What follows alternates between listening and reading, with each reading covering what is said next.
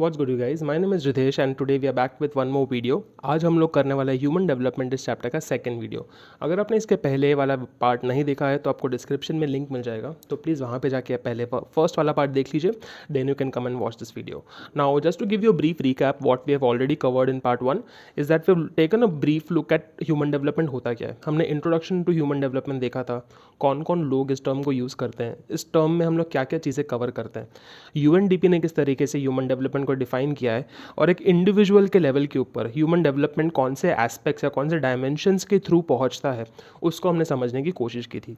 आज उसी टॉपिक या उसी लॉजिक को एक्सटेंड करते हुए हम लोग देखने वाले हैं कि यूएनडीपी जो है वो हर साल एक रिपोर्ट बनाता है जो है ह्यूमन डेवलपमेंट रिपोर्ट। अब उस रिपोर्ट के अंदर वो एक इंडेक्स बनाता है which is human development index.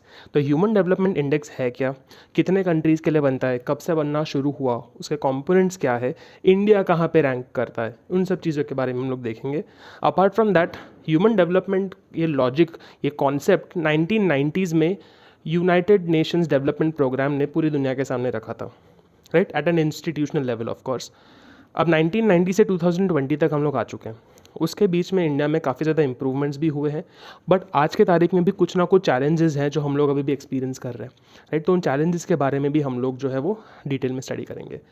Now without wasting much time let's just quickly get started. Human development की कॉन्सेप्ट जो है ना, उसको दुनिया के सामने अमर्त्य सेन ने रखा था। इसके पहले क्या सीन था, जितने भी कंट्रीज़ है ग्लोबल लेवल के ऊपर जब हम लोग बाकी कंट्रीज़ को कंपेयर कर रहे थे तो हम लोग उनको सिर्फ इकोनॉमिक लेवल पे कंपेयर कर रहे थे। किसी कंट्री का जीडीपी अगर ज़्यादा है तो हम लोग ये मान लेते थे कि वो कंट्री जो ज़्यादा पैसा कमा रहा है वही कंट्री लोगों के लिए ज़्यादा better health care, education and opportunities खड़ा कर पाएगा।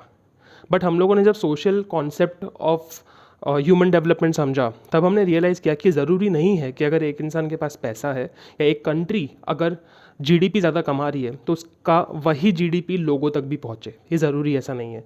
उस कॉन्सेप्ट को लोगों तक लाने के लिए अमर्त्य सेन जी का बहुत बड़ा हाथ था।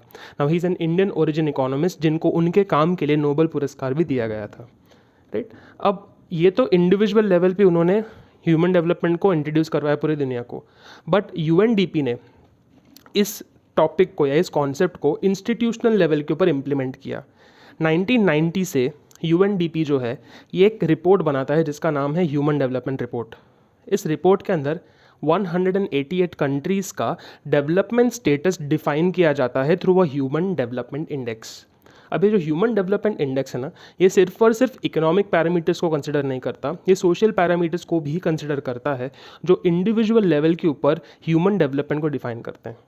अब वेरिएबल्स तो काफ़ी ज़्यादा है, हमने पिछले वीडियो में भी देखा था कि कितने ज़्यादा अलग अलग वेरिएबल्स या डायमेंशंस एक इंसान की ह्यूमन डेवलपमेंट को डिफाइन करते हैं। बट क्या हम सारी चीज़ों को कंसिडर करेंगे तो हमारा जो प्रोसेस है ना वो काफ़ी ज़्यादा लेंदी हो जाएगा, काफ़ी ज़्यादा डिफिकल्ट हो जाएगा। तो to avoid all that complication हम लोग अभी 3 फैक्टर्स को स्टडी करेंगे जो ह्यूमन डेवलपमेंट का प्राइम फोकस एरियाज बनते हैं, and those 3 factors are life expectancy, education and income index. अगर लाइफ एक्सपेक्टेंसी की बात करें तो health care status of a country is defined by the life expectancy, right. Education of course is important ताकि हम लोग ह्यूमन जो population है उसको ह्यूमन कैपिटल में कन्वर्ट कर सके, जिसमें से एक इंसान को पढ़ा लिखा कर उसका प्रोडक्टिव यूज़ कर सके जीडीपी जनरेट करने के लिए। एंड लास्टली किसी भी इंसान का स्टैंडर्ड ऑफ लिविंग तभी इंप्रूव होगा जब वो उस हेल्थ और एजुकेशन को यूज़ करके पैसे कमाएगा। तो इंडिविजुअल लेवल के ऊपर इनकम इंडेक्स भी, पर कैपिटा इनकम कितना होता है उसको भी स्टडी किया जाता है under the human development index. So we are not just considering the economic parameter तो है ही इनकम इंडेक्स के थ्रू, बट उसके अलावा social parameters of health and education को भी एचडीआई कंसिडर करता है। इस वजह से एचडीआई को एक सुपीरियर इंडेक्स माना जाता है फॉर ह्यूमन डेवलपमेंट। अब ये जो 3 पैरामीटर्स हैं, हमारे 3 जो डायमेंशंस हैं, उसको हम लोग अभी थोड़ा ज़्यादा डिटेल में पढ़ते हैं। Now the first topic that we'll look at in detail is life expectancy. अब लाइफ एक्सपेक्टेंसी जैसे मैंने पहले भी कहा था is an indicator of health. वो डिफाइन करता है कि आज अगर हमारे कंट्री में एक नन्हा बच्चा पैदा हुआ है तो वो कितने साल तक जिएगा। अगर लाइफ एक्सपेक्टेंसी किसी कंट्री में ज़्यादा होती है इसका मीनिंग ये है कि यहाँ का हेल्थ इंफ्रास्ट्रक्चर अच्छा है, यहाँ पे हमारे पास इतना मेडिकल इंफ्रास्ट्रक्चर है कि अगर कोई इंसान बीमार भी पड़ जाता है तो हम उसको ठीक कर सकते हैं और उस वजह से इंसान लंबी उम्र जिएगा, राइट। अब यहाँ पे अगर हम लोग लाइफ एक्सपेक्टेंसी कंपेयर करते हैं अक्रॉस डिफरेंट नेशंस तो डिफरेंट नेशंस में अगर हम लोग एवरेज निकालें हर नेशन का, तो highest life expectancy almost 84 years है, जबकि लोवेस्ट एक्सपेक्टेंसी अबाउट 20 ईयर्स है, राइट। बट ये तो 188 अलग अलग कंट्रीज़ की बात हो गई। अगर मैं इंडिया की स्पेसिफिकली बात करूँ तो इंडिया की लाइफ एक्सपेक्टेंसी है 68 ईयर्स। मतलब ऑन एन एवरेज कोई भी बच्चा जो इंडिया में पैदा होगा वो कम से कम 68 ईयर्स, कम से कम नहीं, ऑन एन एवरेज 68 ईयर्स की ज़िंदगी का लाइफ टेन्योर ज़रूर जिएगा, right. Now after having understood life expectancy we are going to look at the next index which is education index. अब एजुकेशन इंडेक्स जो है ना, इसको थोड़ा आराम से समझना पड़ेगा। अब education index definitely is an indicator of education level या लिटरेसी लेवल। अब एजुकेशन जो होता है वो स्कूल के थ्रू प्रोवाइड किया जाता है। स्कूल या प्राइमरी एजुकेशन जो होता है it plays a very important role in developing the capacity और skill level of a child. तो अब यहाँ पे जब हम लोग एजुकेशन लेवल को स्टडी कर रहे हैं ना, तो इसको हम लोग 2 सब डिविजन्स में बांट देंगे। पहला सब डिविजन है expected years of schooling and second है मीन ईयर्स ऑफ स्कूलिंग। आज जब अपने पॉपुलेशन को हम लोग स्टडी करेंगे ना, तो कुछ लोग ऐसे हैं जो अभी ऑलरेडी स्कूल में है या स्कूल में जाते हैं, और कुछ लोग ऐसे हैं जो स्कूल जा चुके हैं। तो हम लोगों ने क्या कर दिया, लोगों को स्टडी करने के 2 पैरामीटर्स बांट लिए। अगर आज कोई एक बच्चा 5 साल का है तो हम उसके पास जाके स्टडी करेंगे कि बॉस आज अगर आप 5 साल के हो तो ऑन एन एवरेज आप और कितने साल एक्सपेक्ट करते हो स्कूल जाना। तो वो जितने एक्सपेक्टेड ईयर्स ऑफ स्कूलिंग उनकी होगी उस हिसाब से हम लोग डिटरमाइन करेंगे कि भाई ये जो पॉपुलेशन है वो कितना प्रोडक्टिव बन सकेगा। ये उन लोगों की बात हो रही है जो एक्सपेक्टेड ईयर्स ऑफ स्कूलिंग अभी भी स्कूलिंग सिस्टम में है और एजुकेशन ले रहे हैं। Now the second category is mean years of schooling. This is talking about those category of people जो ऑलरेडी स्कूलिंग सिस्टम से पास आउट हो चुके हैं। So we are talking about adults above 25 years of age. तो उन लोगों से हम लोग बात करेंगे और उनसे पूछेंगे कि आपने कितने साल स्कूल आप जा चुके हो। अब यहाँ पे नंबर ऑफ़ ईयर्स लिखा है, एक्सपेक्टेड नंबर ऑफ़ ईयर्स नहीं लिखा। एक्सपेक्टेड नंबर्स तो तब होता है जब आप ऑलरेडी इस सिस्टम में हो और आप पूछ रहे हो कि भाई और कितने साल पढ़ोगे। जो इंसान 25 साल का है वो ऑलरेडी स्कूल जा चुका है, तो उसके तो ऑलरेडी एग्जैक्ट नंबर हमें पता होंगे, राइट। तो mean years of schooling is for those people who are 25 years and above, जो स्कूल जा चुके हैं। Expected years of schooling is for those people who will undergo the process of education or are undergoing the process of education, और इन दोनों के ही हम लोग averages निकालेंगे। अब जैसे हम लोगों ने लाइफ एक्सपेक्टेंसी में हाईएस्ट लोएस्ट फिगर्स देखे थे, वैसे यहाँ पे भी हाईएस्ट लोएस्ट फिगर्स जो है वो देख लेते हैं। अगर हम लोग एक्सपेक्टेड ईयर्स ऑफ स्कूलिंग की बात करते हैं तो हाईएस्ट लेवल है 18 ईयर्स कि एक बच्चा 18 साल तक स्कूल एजुकेशन जो है या एजुकेशन सिस्टम में एजुकेशन सिस्टम का एक पार्ट बनेगा, अच्छे से अपने आप को ट्रेन करेगा।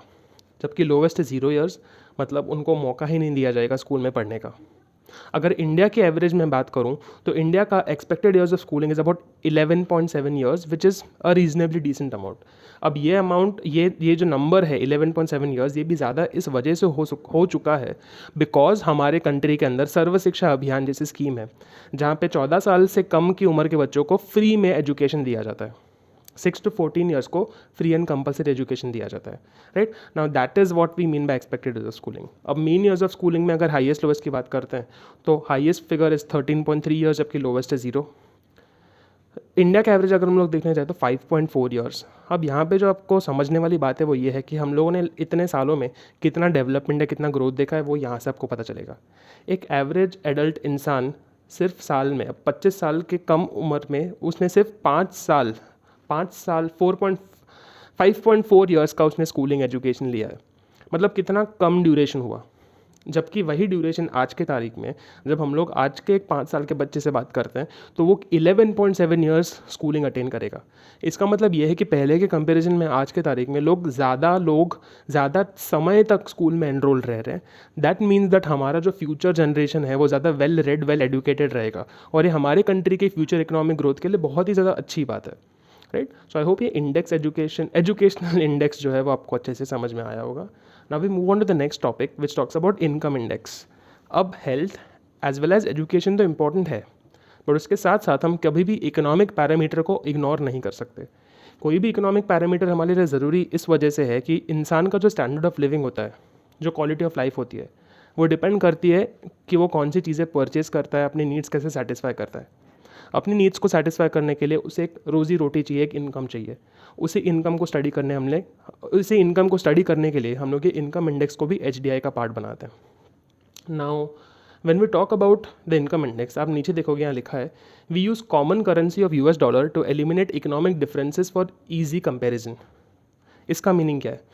आज इंडेक्स जो है हमारा HDI वो 188 कंट्रीज़ के लिए बनता है। नाउ फॉर दिस 188 कंट्रीज़, अलग अलग कंट्री में इकोनॉमिक लेवल अलग अलग है। कुछ कंट्रीज़ डेवलप्ड है, कुछ डेवलपिंग है, कुछ अंडर डेवलप्ड है। हर कंट्री की करेंसी अलग अलग होती है। तो अब ये सारे डिफरेंसेस को एलिमिनेट करने के लिए ना हम लोगों ने क्या सोचा कि हर कंट्री में परचेजिंग पावर इक्वल कर देते हैं, एक ही करेंसी लेते हैं, एक ही डिनोमिनेशन लेते हैं, ताकि कंपैरिजन भी है वो ईजी हो जाए, राइट।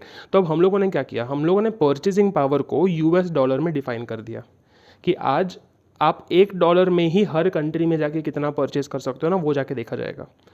इस चीज़ को जहाँ पे हम लोग रीजनल डिफरेंसेस को हटा रहे हैं, हम लोग एक ही करेंसी को हर कंट्री में कंसिडर कर रहे हैं, इस चीज़ को परचेजिंग पावर पैरिटी बोलते हैं। जहाँ पे हम लोग एक ही करेंसी को अक्रॉस डिफरेंट नेशंस यूज़ करने वाले हैं to compare their purchasing power. I hope ये परचेजिंग पावर पैरिटी आपको समझ में आया है, राइट। अब यहाँ पे जो इनकम लेवल होते हैं ना, कंट्री की इनकम जो होती है उसको ग्रॉस नेशनल प्रोडक्ट बोलते हैं, GNP। आपके टेक्स्ट बुक में अगर आप देखोगे तो वहाँ पे दो टर्म्स लिखे होंगे, GDP एंड GNP। GDP जो होता है that is the value of final goods and services produced, जबकि GNP stands for gross national product, जिसके अंदर net factor income from abroad भी आ जाती है। इसका मतलब GDP से GNP में आने के लिए जो इंडिया के लोग बाहर काम करते हैं ना, जो अपने पैसे यहाँ पे भेजते हैं, हमारे कंट्री के अंदर भेजते हैं, या हमारी कंट्रीज़ जो बाहर से पैसा कमा के यहाँ पे लाती है, वो सारा इनकम भी यहाँ पे जुड़ जाता है, ठीक है। अब ये जो इनकम आया ग्रॉस नेशनल इनकम, उसके आगे लिखा हुआ है पर कैपिटा। पर कैपिटा का मीनिंग क्या है, उसको डिवाइड कर देंगे हम लोग हमारे पॉपुलेशन से, तो पर पर्सन ऑन एन एवरेज कितना मिलेगा वो होता है gross national income per capita, ठीक है।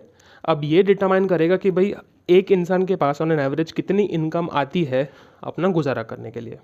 जितना ज़्यादा ये इनकम का लेवल होगा उतना ज़्यादा उस पर्सन का स्टैंडर्ड ऑफ लिविंग अच्छा माना जाएगा, क्योंकि जो इंसान के पास ज़्यादा इनकम होती है वो अपनी सुख सुविधाएं, अपनी नीड्स बहुत अच्छे से सेटिस्फाई कर सकता है। अब इंडिया की अगर हम लोग इनकम इंडेक्स की बात करें तो ये हमारे इंडिया के अंदर $5,497 पर पर्सन पर एनम है, राइट। अब आप सोचो कि यार इंडिया के एक गरीब इंसान के पास इतनी इनकम तो होगी नहीं, बट अगेन ये एक एवरेज इनकम है। इतनी इनकम पर पर्सन ऑन एन एवरेज होती है। आज हमारे कंट्री में हम लोगों को ये फिगर इतना ज़्यादा चौंकाने वाला इसलिए लग रहा है क्योंकि हमारे कंट्री में रिच और पुअर में डिवीजन बहुत ज़्यादा है।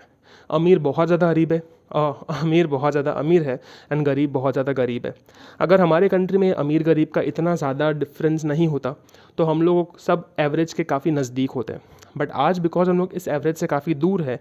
इसका सिंपल रीज़न ये है कि हमारे कंट्री में इनकम इनइक्वालिटी बहुत ज़्यादा है, राइट। सो आई होप आपको ये जो फैक्टर है ये भी समझ में आया है। नाउ HDI जो हम लोगों ने कैलकुलेट किया था, ये तो 3 कंपोनेंट्स को मर्ज करके हमने कैलकुलेट किया था। HDI ये जो फिगर है ये 0 से लेके 1 तक एक नंबर बनता है इन 3 फैक्टर्स को कंसिडर करके। अब ये 0 से लेके 1 तक का रैंकिंग जो है वो 188 कंट्रीज़ के लिए होने वाला है। अब ये 188 कंट्रीज़ को ना हम लोग 4 ब्रॉड कैटेगरीज में बांट रहे हैं, जिसका टेबल आपको आपके टेक्स्ट बुक में भी मिल रहा होगा, राइट।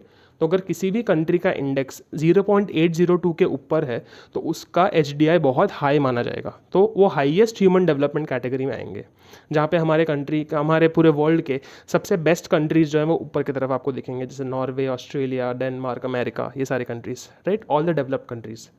अब उसके कंपेरिजन में जब हम लोग रेंज थोड़ा नीचे ले आते हैं, 0.700 से 0.798 तक अगर हम लोग आ जाते हैं तो ये हाईएस्ट से थोड़ा कम है, बट अभी भी काफ़ी अच्छा लेवल है इनका। वहाँ पे हमारे पास Malaysia, Sri Lanka, Brazil, China, Thailand, Russia, ये सारे कंट्रीज आ जाते हैं। अब उससे नीचे अगर आएंगे तो मीडियम ह्यूमन डेवलपमेंट है, और उससे भी नीचे आएंगे तो लो ह्यूमन डेवलपमेंट है। अब ये 4 कैटेगरीज़ के अंदर इंडिया जो है वो मीडियम ह्यूमन डेवलपमेंट में आता है, क्योंकि हमारा जो HDI है that is 0.609। Out of this 188 countries हमारा रैंक 130 आता है।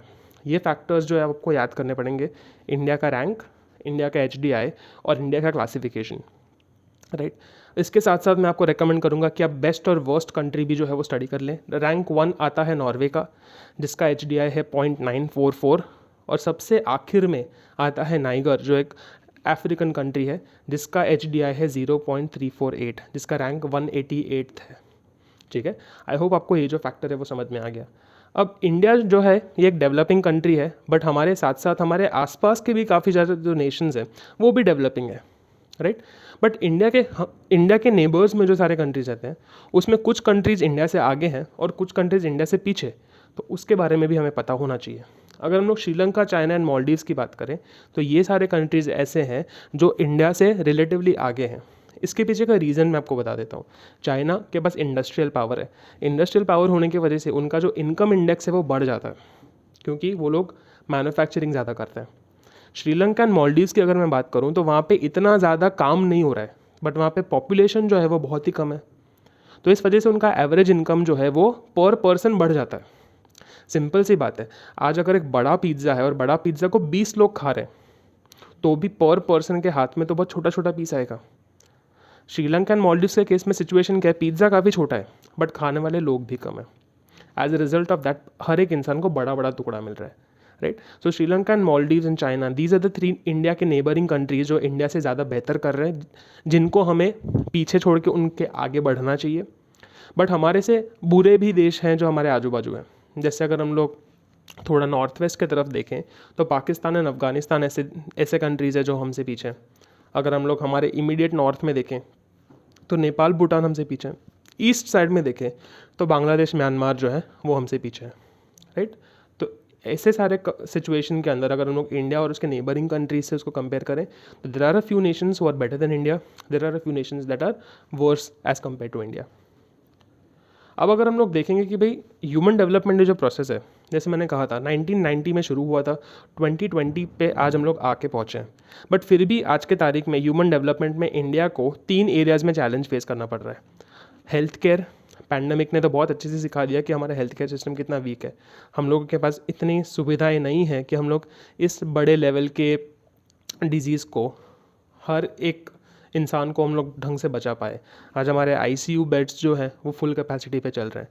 आज कितने ज़्यादा लोग ऐसे हैं जिन लोगों को हेल्थ केयर का एक्सेस नहीं मिल पा रहा, इतने ज़्यादा लोग ऐसे हैं जो हेल्थ केयर को अफोर्ड नहीं कर पा रहे। अब ये सारे फैक्टर्स हेल्थ को बहुत ज़्यादा इनएक्सेसिबल बना देते हैं, जो कहीं ना कहीं हर एक इंसान की एक बेसिक नेसेसिटी का पार्ट है। अपार्ट फ्रॉम दैट हम लोग सेक्स रेशियो के बारे में बात करेंगे या जेंडर डिस्क्रिमिनेशन के बारे में बात करेंगे, राइट। और लास्ट पॉइंट है वुमेन एम्पावरमेंट, जो हम लोग एक अलग टॉपिक है, इस वजह से इसको नेक्स्ट वीडियो में पुश कर देंगे। अब हम लोग हेल्थ एंड सेक्स रेशियो के बारे में डिटेल में स्टडी करते हैं। Now when we talk about health और health care in India, health care को ना हम लोगों को एज एन एक्सपेंस नहीं देखना है। जो भी पैसा हमारा गवर्नमेंट या इंसान हेल्थ केयर के ऊपर खर्च रहा है ना, उसको एक इन्वेस्टमेंट की तरह देखना है। क्योंकि आज अगर एक इंसान हेल्दी है, आज अगर उसकी हेल्थ अच्छी है, तो वो हमारे कंट्री को मीनिंगफुली कंट्रीब्यूट कर पाएगा, वो काम कर पाएगा हमारे लिए। अगर एक इंसान बीमार पड़ा है, अगर हेल्थ केयर स्टेटस अच्छा नहीं है, तो वो ना लंबे समय तक काम कर पाएगा और ज़्यादातर टाइम अपना बीमारी में बिताएगा। तो वो कंट्री के लिए भी खर्चा है और इंसान भी हमारे कंट्री के लिए कुछ इकोनॉमिकली प्रॉस्पर नहीं कर पा रहा, कोई कंट्रीब्यूट कर नहीं पा रहा। अब कोई भी डेवलपिंग कंट्री होती है ना, जैसे इंडिया है, उसमें काफ़ी ज़्यादा कॉमन प्रॉब्लम्स होती है। जैसे पॉपुलेशन बहुत ज़्यादा है, मैल न्यूट्रिशन का प्रॉब्लम है, डिजीज़ेस बहुत ज़्यादा है। कॉमन डिजीज़ेस तो हैं ही, plus contagious disease, life threatening diseases भी हैं, राइट। और काफ़ी ज़्यादा लोग मेंटल सिकनेस को भी इतना ज़्यादा इंपॉर्टेंस नहीं देते। जैसे इंडिया में हम लोगों ने काफ़ी ज़्यादा मूवीज़ वगैरह में देखा है, थेरेपिस्ट के बारे में हम लोग बात करते हैं, बट कितने लोग एक्चुअली किसी मेंटल डिसऑर्डर को सीरियसली लेते हैं? बहुत कम, राइट। सो ये सारे जो प्रॉब्लम्स हैं डेवलपिंग कंट्रीज़ में कॉमन है। बट इंडिया की अगर मैं बात करूँ तो 1990 से लेके आज तारीख तक हम लोगों ने काफ़ी ज़्यादा प्रोग्रेस किया है, और ये प्रोग्रेस है फॉर प्रिवेंटिव हेल्थ केयर। अब प्रिवेंटिव हेल्थ केयर का मीनिंग ये है कि आपको डिजीज़ होने से पहले ही हम आपको वैक्सीनेशन दे दें ताकि आपको वो डिजीज़ हो नहीं। आज हमारे कंट्री के अंदर गवर्नमेंट ने काफ़ी ज़्यादा वैक्सीन्स क्रिएट किए हैं, सो दैट जो डेडली डिजीज़ेज़ हैं, जो पहले लोगों के लिए लाइफ थ्रेटनिंग हुआ करती थी, अब वो कहीं ना कहीं इरेडिकेट हो जाए या हम लोग उसको कंट्रोल कर सकें, राइट। सो हमारे पास polio, TB, hepatitis, diphtheria, measles, malaria, typhoid, ये सारे ही डिजीज़ेस को ट्रीट करने के लिए हमारे पास आज के तारीख में वैक्सीन है या मेडिसिन है, जो कहीं ना कहीं हमें डिजीज़ेस को कंट्रोल करने में या पूरी तरीके से इरेडिकेट करने में हेल्प कर रही है, राइट। इरेडिकेट मतलब कंप्लीटली ख़त्म कर देना। तो बिकॉज हमारे हेल्थ केयर में इतना ज़्यादा डेवलपमेंट हुआ है अक्रॉस दीज ईयर्स, तो हम लोग कहीं ना कहीं आगे बढ़े हैं। अब ये जो हमारा इम्प्रूवमेंट हुआ है ना हेल्थ केयर का, वो कहीं ना कहीं हेल्थ केयर के इंडिकेटर्स में भी दिखेगा। जैसे हमारा बर्थ रेट जो है वो पहले के कंपैरिजन में डिक्लाइन हुआ है। बर्थ रेट का डिक्लाइन होना हमारे लिए एक अच्छी बात इस वजह से है क्योंकि अब हम लोगों ने फैमिली प्लानिंग करना शुरू कर दिया। हमारे लिए पॉपुलेशन एक बहुत ज़्यादा बड़ी प्रॉब्लम है, समस्या है, और उस समस्या को दूर करने के लिए फैमिली प्लानिंग करना हमारे लिए बहुत ज़्यादा ज़रूरी है।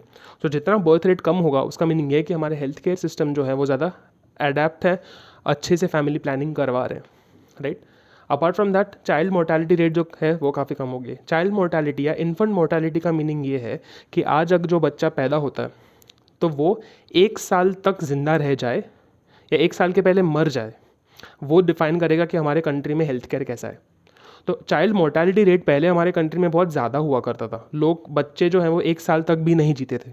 बट आज बिकॉज हमारा हेल्थ केयर इम्प्रूव हो गया है, हमारे पास काफ़ी ज़्यादा डिजीज़ का सोल्यूशन आ गए, दवाइयाँ आ गई है, इस वजह से हमारा जो चाइल्ड मोर्टेलिटी रेट था, एक छोटे नन्हे शिशु की मरने की इनमें से प्रोबेबिलिटी और चांसेस वो काफ़ी कम हो गए, राइट। उसके साथ साथ जैसे हमने हेल्थ इंडिकेटर्स में भी देखा था कि लाइफ एक्सपेक्टेंसी जो HDI का भी पार्ट है, आज हमारे कंट्री में लाइफ एक्सपेक्टेंसी भी काफ़ी ज़्यादा इंक्रीज़ हो गई है, इंडिया का एवरेज 68 ईयर्स तक पहुंच गया है, राइट। सो जब हेल्थ केयर इंप्रूव होता है तो वो हेल्थ केयर का effect birth rate, child mortality rate और लाइफ एक्सपेक्टेंसी में भी हमें देखने को मिलता है, राइट। तो वो सारे चेंजेस हमें इन इंडिकेटर्स के थ्रू देखने मिले। बट इतना ज़्यादा इंप्रूवमेंट होने के बावजूद हमारे कंट्री के अंदर ना अभी भी काफ़ी ज़्यादा अनरिजॉल्व प्रॉब्लम्स पड़े हैं। जैसे फर्स्ट है मैल न्यूट्रिशन। आज लोगों के खाने के अंदर पहले तो 2 टाइम का मील नहीं मिल रहा है, और जो मील मिल भी रहे हैं उसके अंदर क्वालिटी ऑफ मील अच्छा नहीं है। They lack minerals, vitamins, proteins जो एक इंसान के शरीर के लिए बहुत ज़्यादा इंपॉर्टेंट होता है। अगर ये इंपॉर्टेंट चीज़ें उन्हें नहीं मिले, इंपॉर्टेंट माइक्रो न्यूट्रिएंट्स उन्हें नहीं मिले, तो उनकी इम्यूनिटी पुअर रहेगी, और इम्यूनिटी पुअर होने की वजह से उनका जो ग्रोथ डेवलपमेंट है वो स्लो रहेगा, या फिर वो उतने अच्छे तरीके से नहीं हो पाएगा, राइट। एंड इसकी वजह से लोग बीमार पड़ते हैं उसके अलावा हम लोग देखते हैं कॉमन डिजीज़ के बारे में बात करेंगे। आज हमारे कंट्री के अंदर गंदगी बहुत ज़्यादा है, राइट। इस वजह से मोदी जी को या फिर हमारे पूरे कंट्री के अंदर स्वच्छ भारत अभियान भी हमें चलाना पड़ा था। रीज़न कि हमारे एरियाज़ में काफ़ी अनक्लीन वाटर है, पीने का पानी भी ढंग का लोगों को मिलता नहीं है, और मोर ओवर अर्बनाइजेशन की वजह से, इंडस्ट्रियलाइजेशन और अर्बनाइजेशन की वजह से बड़े बड़े शहरों में लोग काम और रोज़गार ढूंढने आते हैं, बट बिकॉज उन लोगों के पास अफोर्डेबल हाउसिंग नहीं है तो वो झुग्गी झोपड़ियों में रहते हैं, स्लम ड्वेलिंग होता है, और स्लम्स के अंदर बहुत ज़्यादा डिजीज स्प्रेड होने के चांसेस रहते हैं, राइट।